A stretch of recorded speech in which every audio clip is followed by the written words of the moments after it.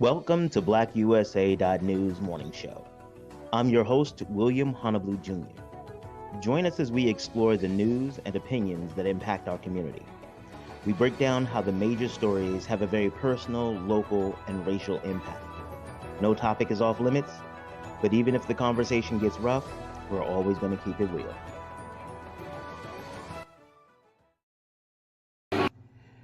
Greetings and salutations, all my friends out there in internet land. I am William Honolulu Jr., and I have the privilege and honor of serving as the host of the Black USA News morning show.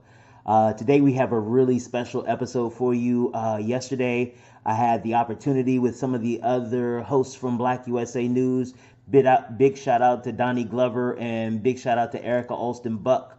Donnie Glover, of course, of the Donnie Glover Show. Erica Alston Buck of Climbing Out Sundays at 8:30. Donnie Glover comes on Mondays at 9. But you know you can always catch us on YouTube and Facebook and our replays. But anyway, we had an opportunity to go to the White House yesterday to observe and report on the Presidential Medal of Freedom awardees.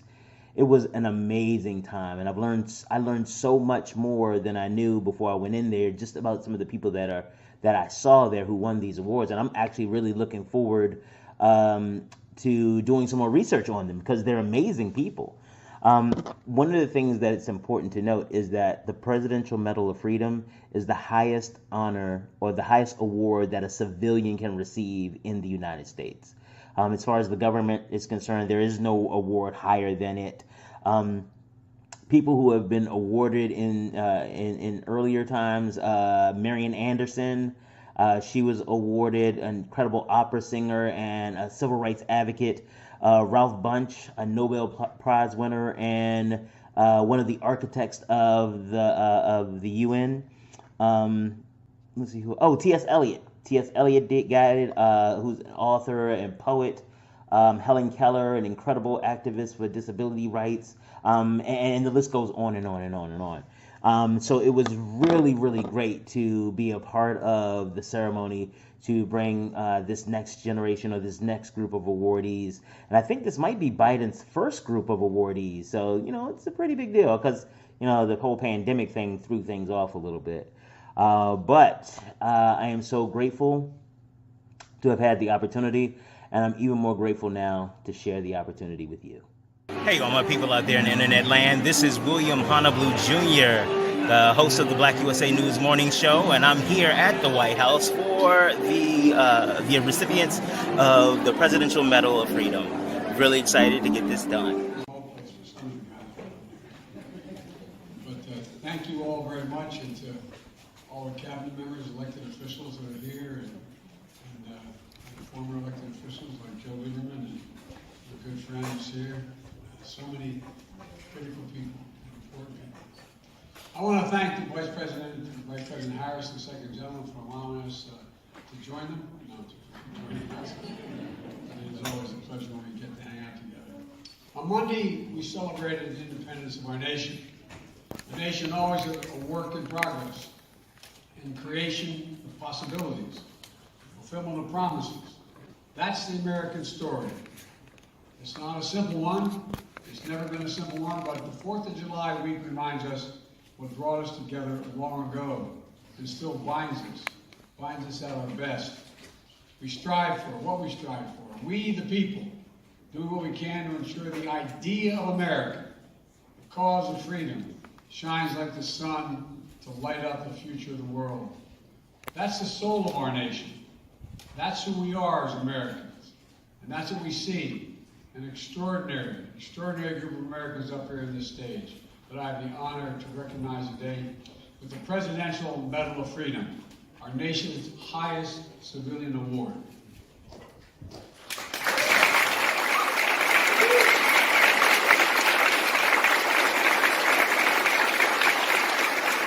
Won by the most decorated American gymnast in history, who everyone stops everything every time she was on camera.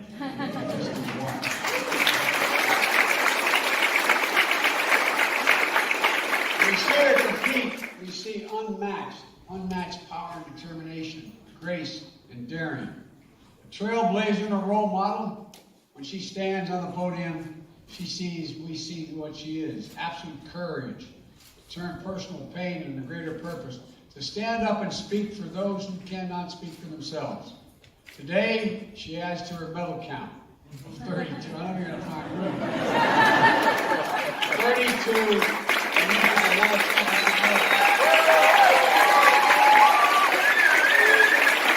At age 25, the youngest person ever to receive the Medal of Freedom.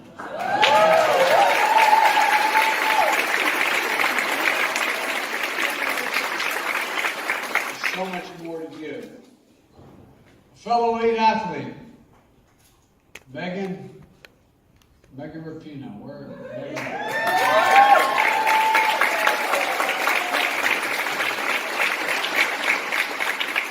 Megan is one of the most accomplished soccer players and the first soccer player to receive the Medal of Freedom.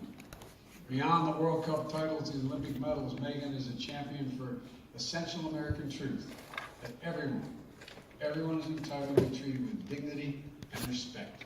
Everyone.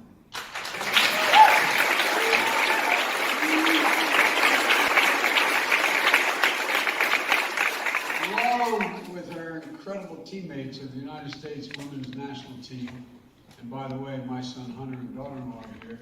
His daughter is a great high school athlete, and she was so excited to be with you when you won the championship. Walking off the field, and I said, "You said hi to me," and she said, "I was busy." So when she wins again, I hope I see her. She'll say, "I think I know that." It depends. Megan did something really consequential. She helped lead the change for perhaps the most important victory for anyone on her soccer team or any soccer team. Equal pay for women.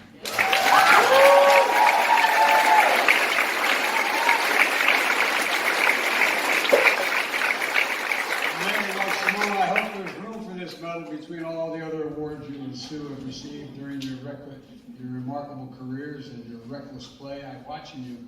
My Lord, you have such. You are good. Simone and Megan would be the first to acknowledge they stand on the shoulders of those who came before them, like Air Force Colonel Brigadier General retired Wilma Vaughn.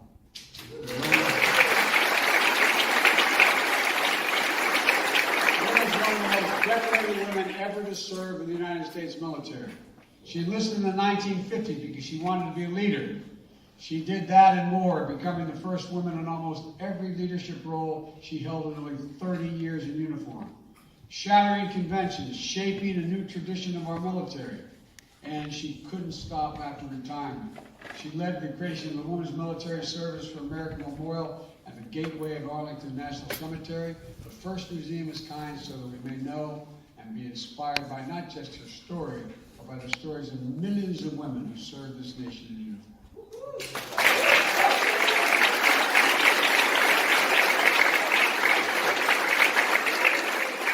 23-year-old student at Fisk University, Diane Nash, received a phone call from Attorney General Robert Kennedy's top deputies, warning her about the violence at the next stop of the Freedom Ride she organized across the South. She replied, and I quote, "We all signed our last will and testament before they left. We know someone will be killed, but we cannot let violence overcome nonviolence."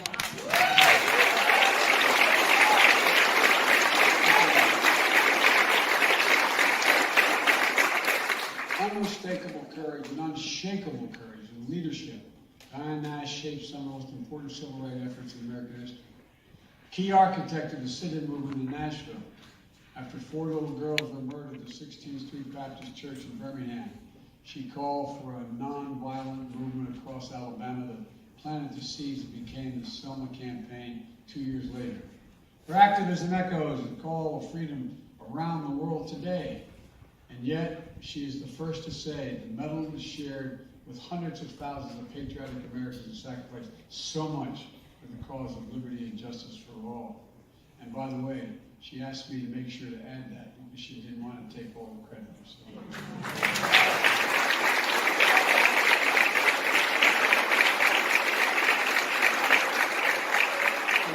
King, Rosa Parks, and Claudette Copeland, John Lewis, and other giants of our history needed a lawyer for the fight for freedom. You know who they call? They call a guy named Fred Gray.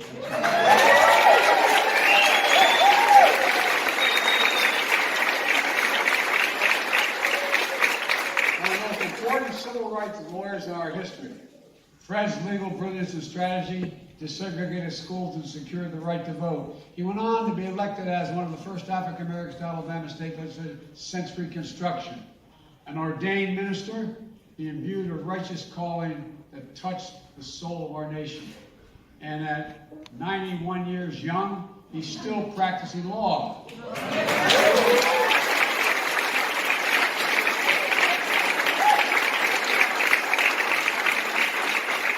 Still keeping his faith in the best of America. The best of America includes Raul, you're something else, man. No, you really are. You really are. Raul was a son and a father who fled violence in Mexico and a mother who was a multi-generation Texan. Raul dreamed an American dream from San Juan, Texas, in the lower Rio Grande Valley. He served with honor in the United States Air Force, then turned a small civil rights group into one of the nation's most important ones. For over 30 years as president of the National Council for Raza, Raul was an undaunted leader in the struggle for civil and human rights for Latino Americans. Challenging the powerful on behalf of the powerless, never forgetting where he came from and the promise of this nation. Born in Brownsville, Texas, Julie Garcia became a professor at a local community college. I know I'm biased since Jill's a community college professor. The community college professors are the best.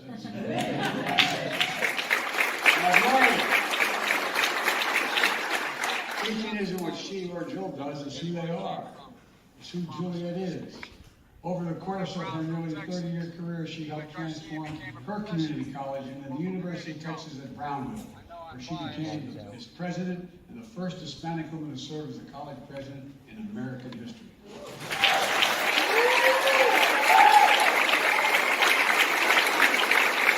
Community education is the cornerstone of our democracy. She created a culture of excellence, affirmation, and intellectual curiosity for generations of students, many of the first in their families to go to college, and who see their American dream through her and because of her. Other than my family, the biggest impact in my life were the nuns at Holy Rosary and St. Lena's School, the Sisters of St. Joseph in Claymont, Delaware. You think I'm joking? I'm not. Nuns never forget that. Never. And by the way, I was doing Bill Lewis commencement, and one of my nuns from school was getting her doctorate degree. I presented it to her, and she said, it was pretty good, Joe. She said, you instead of me at the time. They taught me in school, and they helped me. I used to stutter very badly. They gave me confidence. They gave me confidence that I could do it. They really did. For so many people, and for the nation, Sister Simone Campbell is a gift from God. For the past 60 years, she invited the belief in our church that faith without works is dead, and will know me for what you will know me for what I do, and what you do the least of me, you do unto me. That's Sister Simone. That's what she does. Nuns on the bus were simply remarkable. I never support a lady Jesus for coming up to me. Let me do and tell a story. I'm honored to see Pope Benedict. In his last couple months, we didn't know at the time. And we had a long conversation. He's a great theologian, very conservative theologian. And my avocation is theology. You come to my house with a whole wall of comparative theology. I know how. And so we finished the conversation. He was very generous. He put his hand across the desk and put it on my hand. He said, can I ask you a favor? And then I was Vice President, Mr. Vice President. I said, of course, Your Holiness. He said, I'd like some advice. You have any advice for me? I said, it's not just me to give you advice, Your Holiness. He said, no, really. And I smiled and I said, well, one piece of advice. I said, I'd go easy on the nuns. They're more popular than you are. You get it. In fact, 6 weeks later, he retired. I don't know. So Sister, you're standing up. It was a big deal. Big, big deal. Becoming a lawyer to represent the poor and the left behind.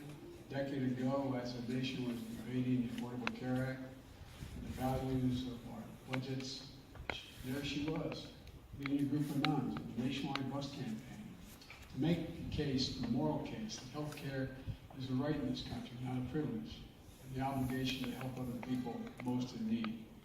Compassionate and brave, humble and strong, today Sister Sloan remains a beacon of light. She's the embodiment of a covenant of trust, hope, and progress of our nation. And I'm happy to call her my friend. Thank you, Sister.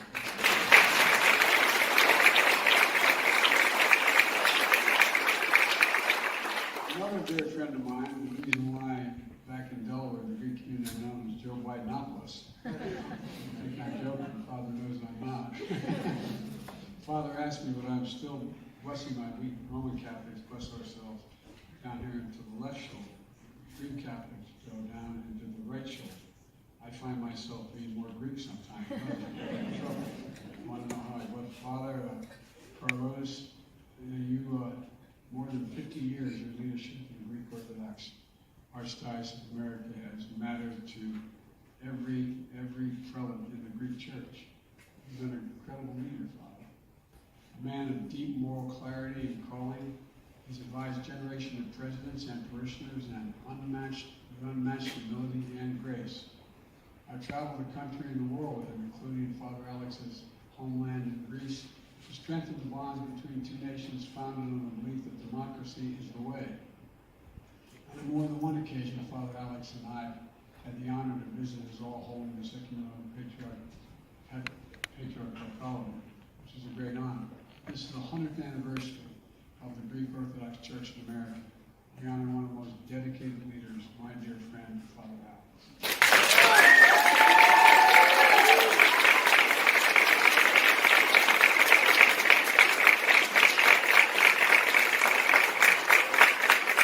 Speaking of faith, when you meet Gabby Giffords, Congresswoman Giffords, and remind us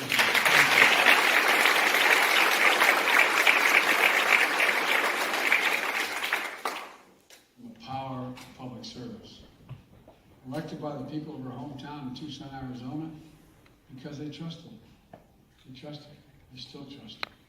They believed in her. They learned as a nation, but they learned with the whole nation. She's the embodiment of of a single significant American trait. Never, ever give up.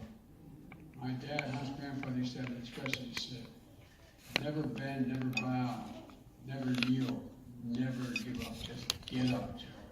Just get up. Proof that will not grow numb in the epidemic of gun violence in this nation. Proof that we can channel the pain and sorrow we see too often in America into a movement that will prevail.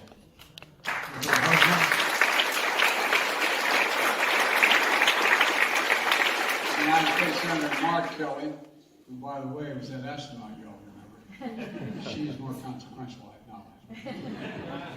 But they're helping power that movement. On Monday, we'll celebrate the most significant gun safety law in 30 years because of them and because of the families like theirs all across America. Gabby is one of the most courageous people I have ever known.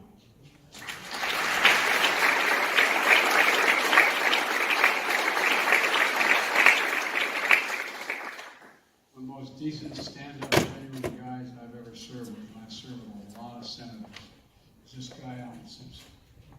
Alan's a real deal. Former United States Senator from his beloved Wyoming. Republican, we served together in the United States Senate for nearly 2 decades. One of the great things about Alan is he never takes himself too seriously, nor takes me seriously. All kidding aside, this is the real deal. This is one of the finest men I've ever worked with. At his core, he's always believed in the common good and what's best for the nation. We didn't agree on everything, or we agreed on a whole heck of a lot. He allowed his he never allowed his I don't know, his party or his state or anything to get in the way what he thought was right. He allowed his conscience to be his guide. and they believed in forging real relationships, even with people on the other side of the aisle. Prove we can do anything. We work together as the United States of America. It matters, it matters, it matters. We need more of your spirit back in the United States Senate and both sides of the aisle.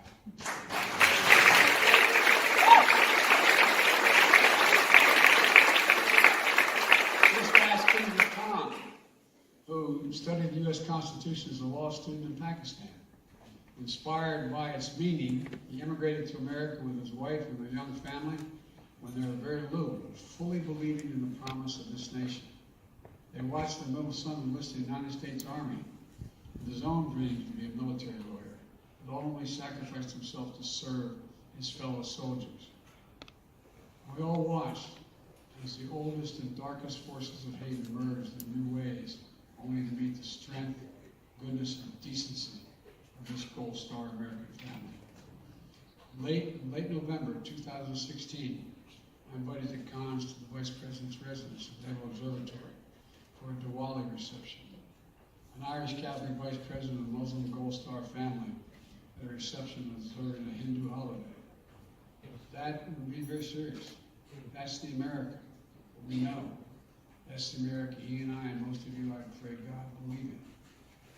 We were parents united by the pain of losing a piece of our souls and finding the purpose to live a life worthy of it. After today's Father's Medal of Freedom will rest next to his son's Bronze Star and Purple Heart. And Keezer Khan, you will continue to carry a copy of the Constitution. I didn't ask you, but I imagine it's still in your pocket as a reminder of the charge that has to be kept.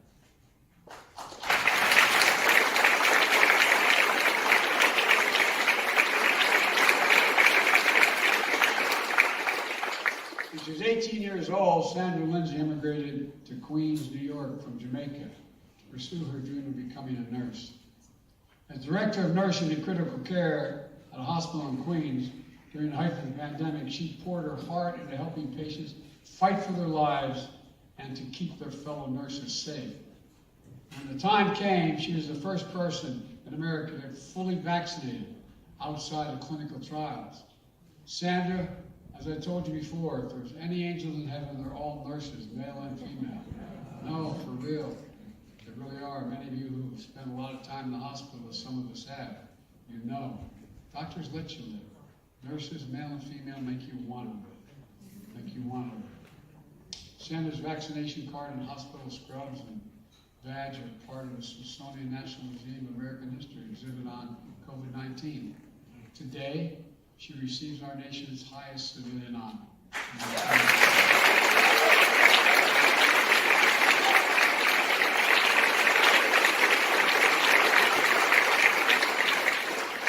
A man who couldn't be here today but wants to be, wanted to be, Denzel Washington, one of our greatest actors in American history. Academy Awards, Golden Globes, Tony Awards, wide acclaim and admiration from audiences and peers around the world. He couldn't be with us today, but I'll be giving him this award at a later date when he's able to get here. I'll now turn to the three medalists who are being awarded the medals posthumously. To the families, I know receiving this award on behalf of their loved one is bittersweet. It's an honor, but it brings back everything that's hard because of Steve Jobs. Not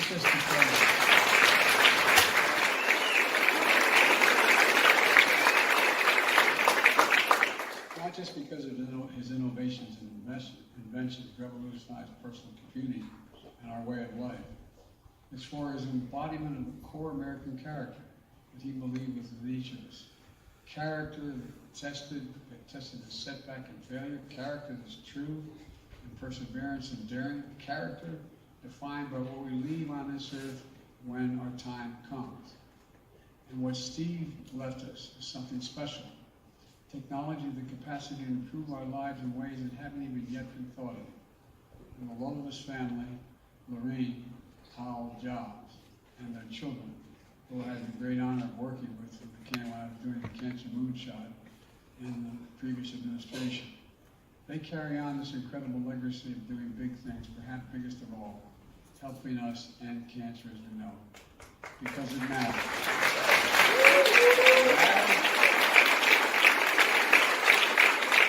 It matters to people who need help is why they do it, and it mattered to Steve Jobs. Richard Trumka, he said about unions, quote, "We do America's work. No one did more work for American workers than he did." For Rich,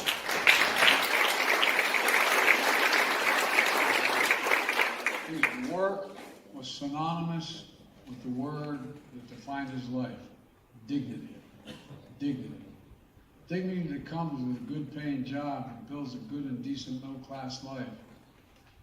And his work was fierce, always trying to do the right thing for working people, fighting for and protecting their wages, their safety, their pensions they earn and deserve, fighting for the worker power and for America itself and our economic might and dynamism. In more than 30 years of friendship, he's always honest, fair, and tough and trustworthy. A guy you want in your corner. In fact, I was in Cleveland yesterday, announcing one of the most significant actions to protect pensions for millions of workers and retirees in 50 years. Barbara, Rich Jr., and the family, we felt him there. We felt him there with us, and we talked about it. And we feel him here today. Rich Trumka was the American worker.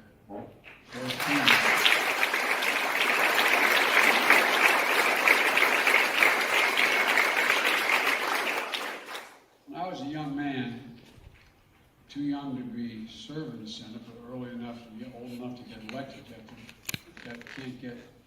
You can't be sworn in until you turn 30. You get elected before that. I got elected 17 days before that. And I had the great honor, because of a guy named Mansfield, the majority leader from Montana, to put me on a very coveted committee at the time, a Foreign Relations Committee. That's when I first met John McCain a couple years later. He was a Navy liaison in the United States Senate, a liaison to our committee. When we traveled with a Navy liaison personnel. John and I traveled the world together, literally traveled the world together. We became friends. We agreed on a lot more than we disagreed on. And although he was my Navy liaison, I turned to him for advice lots of times when we were talking about foreign policy issues abroad. But the two things we never talked about. We never talked about his imprisonment in Hanoi Hilton, nor the death of my wife and my daughter. The pains were significantly different, but somehow we seemed to sort of understand one another. It was a long time ago. We both wanted to make things better for the country that we both loved. And that never wavered. In fact, I admit to my Democratic friends, I'm the guy that encouraged John to go home and run for office. For real. Because I knew what incredible courage, intellect, and conscience he had. We used to argue like hell in the Senate floor. But then we'd go down and have lunch together afterwards, as you remember.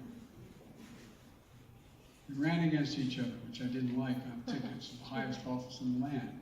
I was a candidate for vice president, he was a candidate for president. I never stopped admiring John. Never said a negative thing about him in my life, because I knew his honor, his courage, and his commitment. That was John McCain. And the code he inherited from his family that served before him is passed on to his brothers, sisters, children, grandchildren today. Cindy, Madam Ambassador, and the family, I'm honored you have to accept this medal on his behalf. As they say in the Senate, a point of personal privilege. I was John was staffing me on a trip to Asia in the late 70s. And we stopped in, Hawaii. And Cindy, I think you were there on vacation.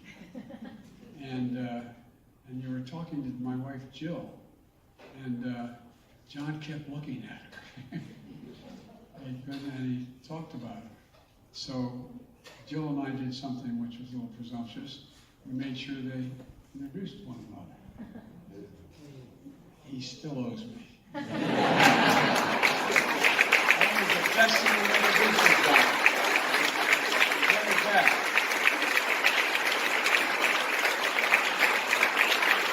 After we talked about it, we left, and he didn't take long to call. you, did he? Man?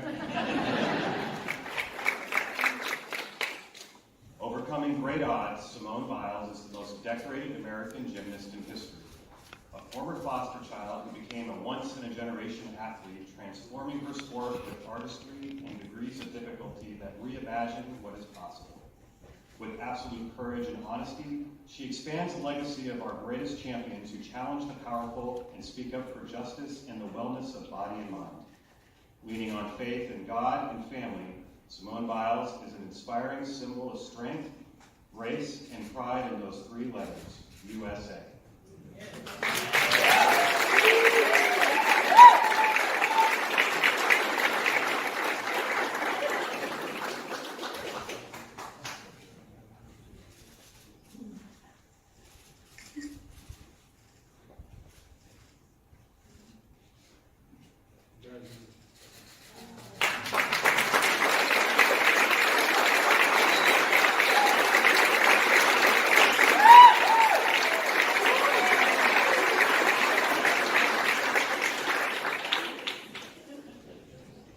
Simone Campbell.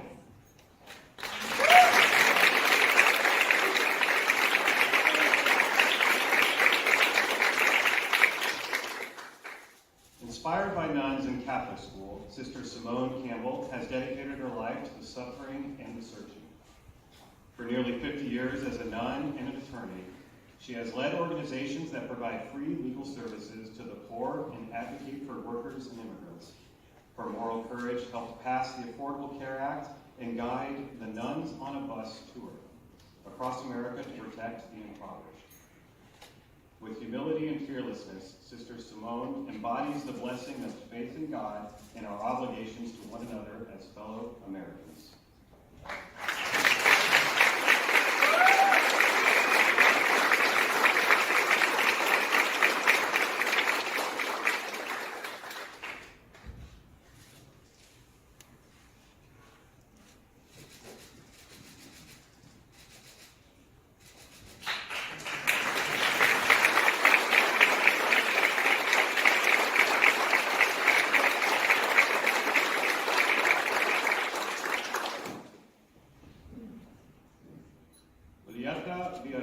Garcia.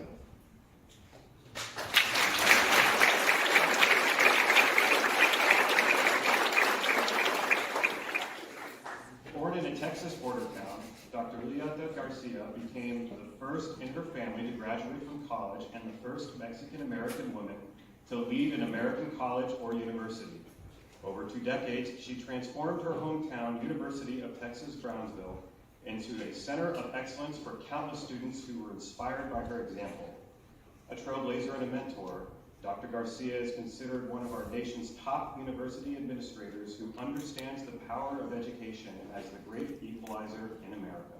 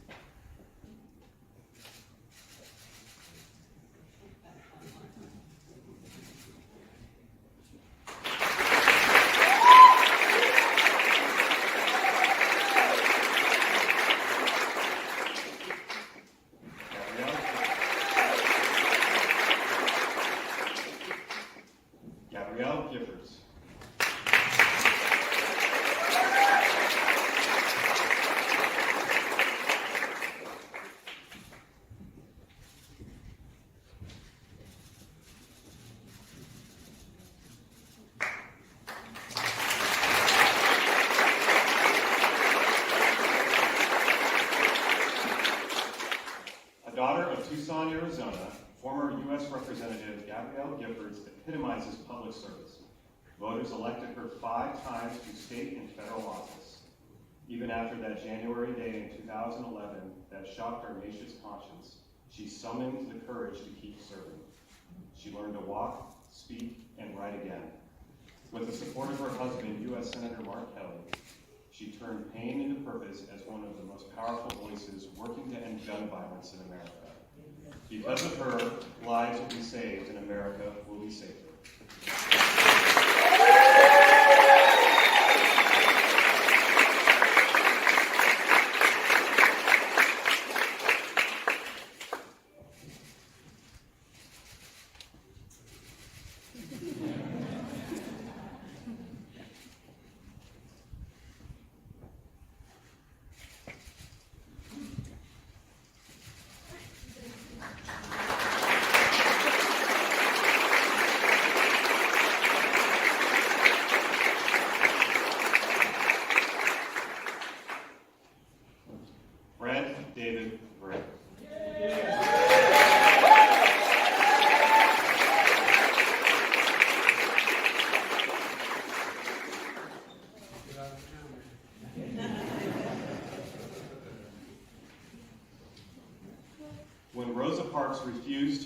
back of the bus, Fred Gray represented her in front of the courtroom, just as he did for Martin Luther King Jr. and countless marchers for justice.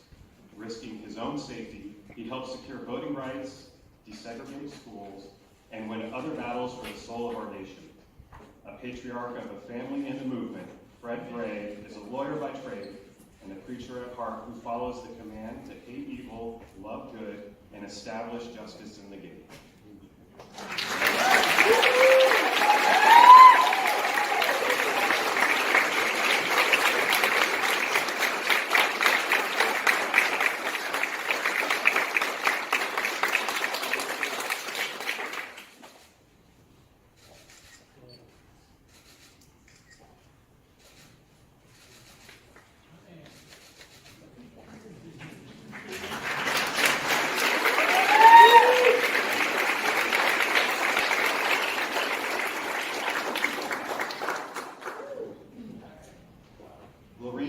Jobs, accepting on behalf of Steve Jobs.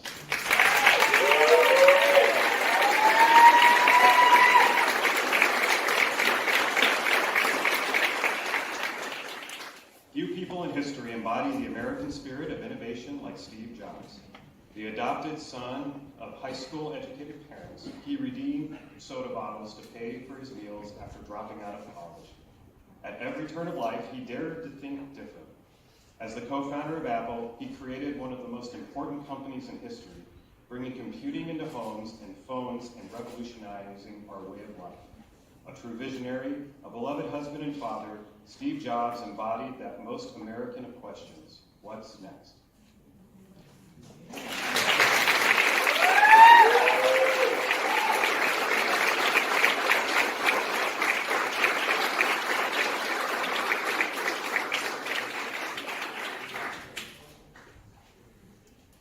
Alexander Carlustis.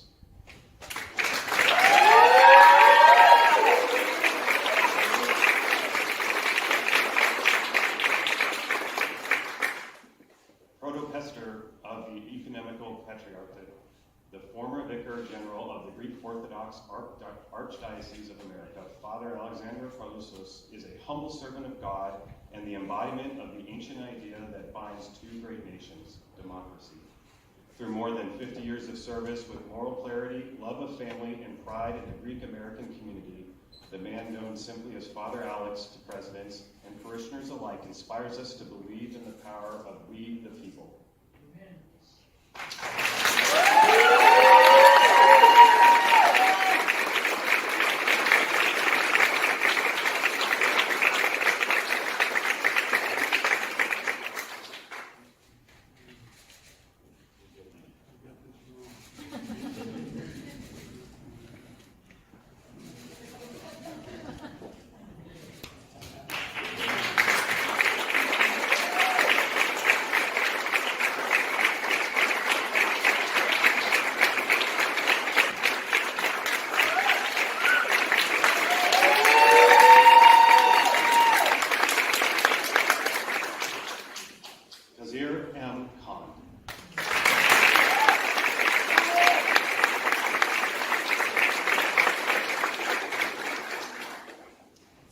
Son of farmers in Pakistan, Khazir Khan studied law, inspired by the U.S. Constitution.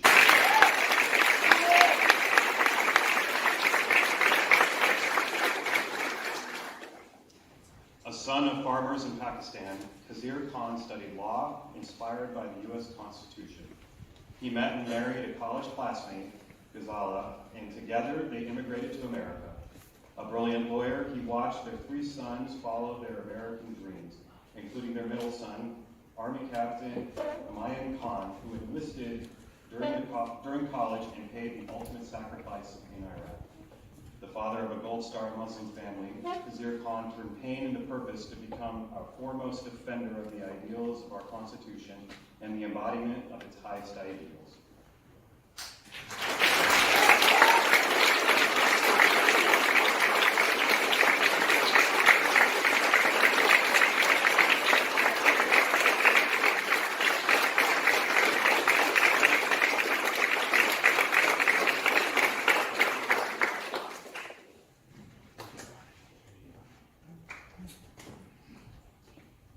Sandra Liza Lindsay.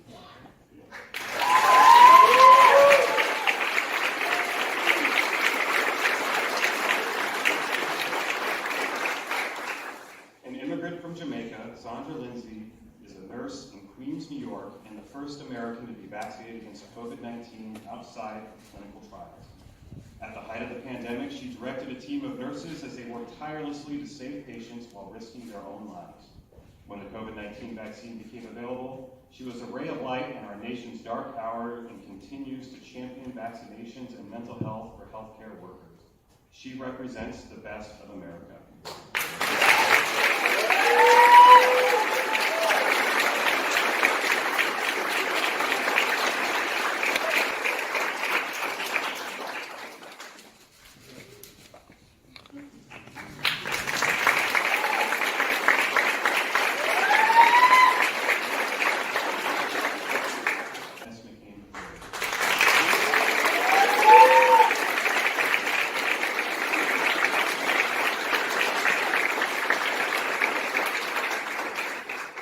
John McCain was a giant among Americans from a family of patriots, a genuine hero who endured unspeakable torture as a prisoner in the war in Vietnam, a true public servant elected twice to the U.S. House of Representatives and 6 times to the U.S. Senate by the people of Arizona, and nominated for the presidency by the Republican Party. Respected around the world, he was an eternal optimist who believed in consensus, character, and putting country first. His legacy continues to challenge us to cherish integrity and serve with courage and conviction.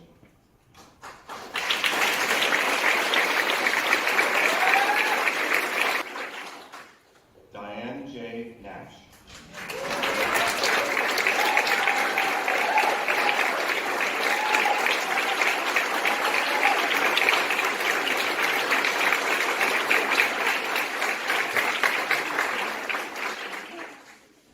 Fearless leader of the Freedom Rides and Nashville sit-in movements, Diane Nash was a fierce light in darkness. She did more than dream a better America. She helped build one.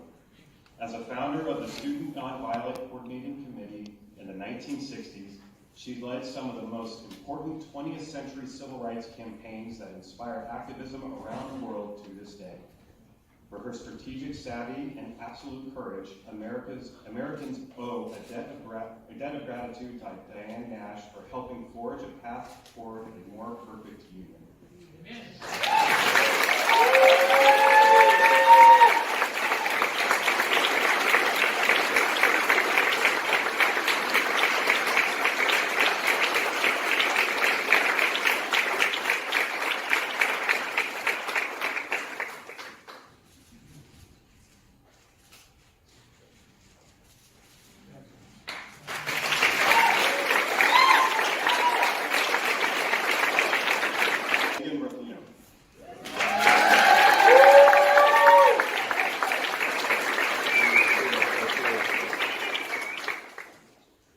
World Cup champion, Olympic gold medalist, named the world's best women's soccer player, Megan Rapinoe is one of America's great athletes.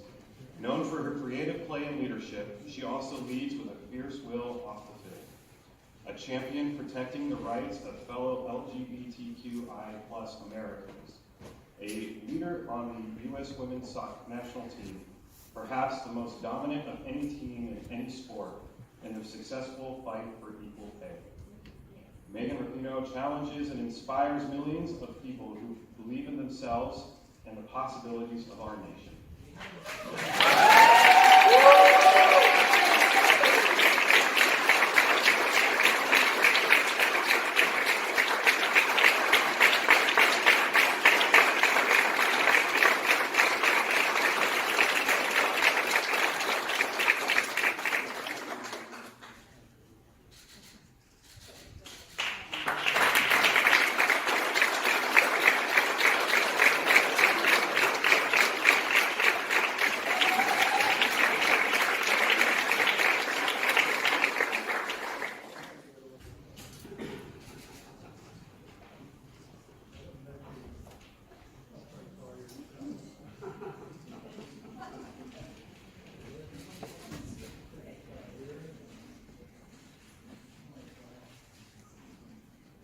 An Army veteran and public servant, Alan Simpson served with conviction and integrity for 18 years as a Republican U.S. Senator from his beloved state of Wyoming. Despite increasing polarization, he brought people together with wit and wisdom to make progress and find common ground. Never afraid to stand up for what he felt was right, he worked on pressing issues like campaign finance reform and marriage equality. Alan Simpson exemplifies our national ideas of civil discourse, responsible governance, and public service.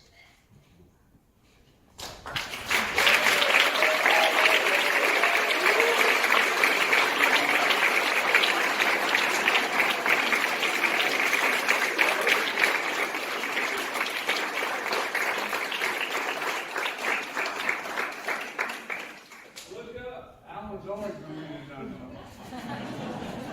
He's a great hugger.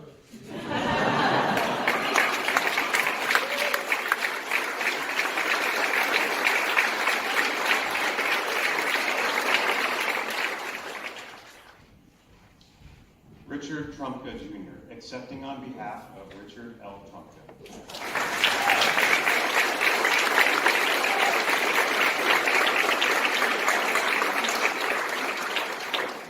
The son of a coal miner, Richard Trumpka followed his father into the mines to later become the president of the United Mine Workers and president of the AFL-CIO.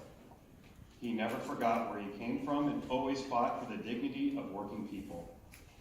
He built worker power by speaking truth to power, knowing that the middle class built America and unions built the middle class. No one did more in the last half-century to build unions than Richard Trumpka did. A beloved husband, father, and grandfather, he was the American worker.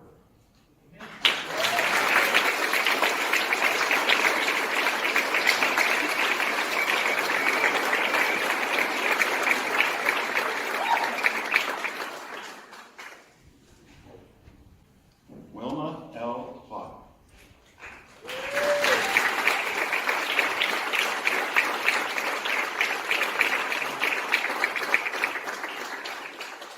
Air Force Brigadier General Wilma Vaughn is one of the most decorated women in the history of the United States military. Enlisting in the 1950s, over the next 28 years, she would serve in Vietnam, Europe, and across America, continually rising in rank to become the first woman to hold every job she ever had. She was awarded the Legion of Merit, Bronze Star, and more. In retirement, she spearheaded the nation's first major national memorial honoring the nearly 3 million women who have served in uniform, further cementing her place in American history.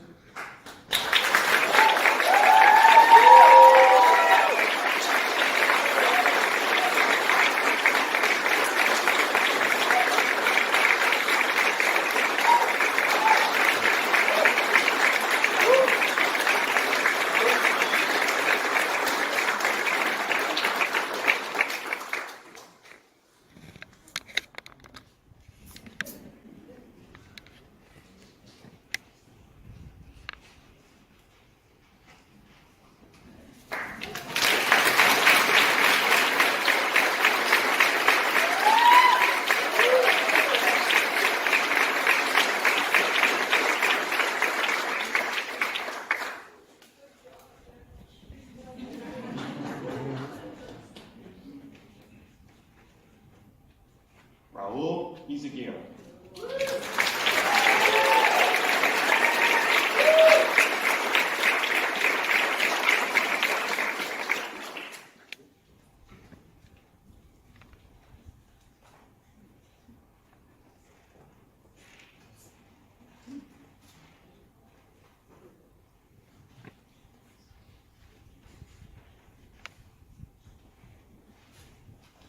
Born to a Mexican-American family in the San Juan Valley, Raul Izaguirre saw a better world beyond a life in segregated South Texas.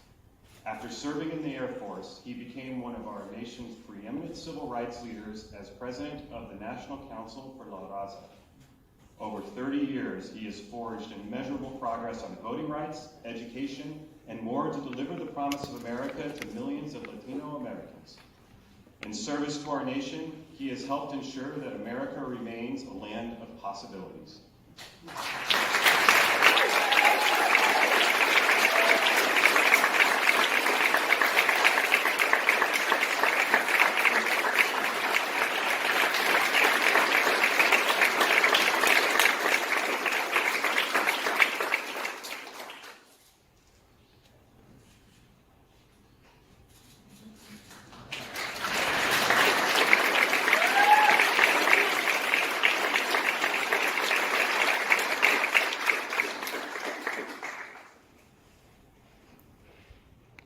Well, that was amazing. Please, we're going to do some more follow-ups on some of the awardees, so stay tuned. Again, I had a wonderful time, and we will be black tomorrow.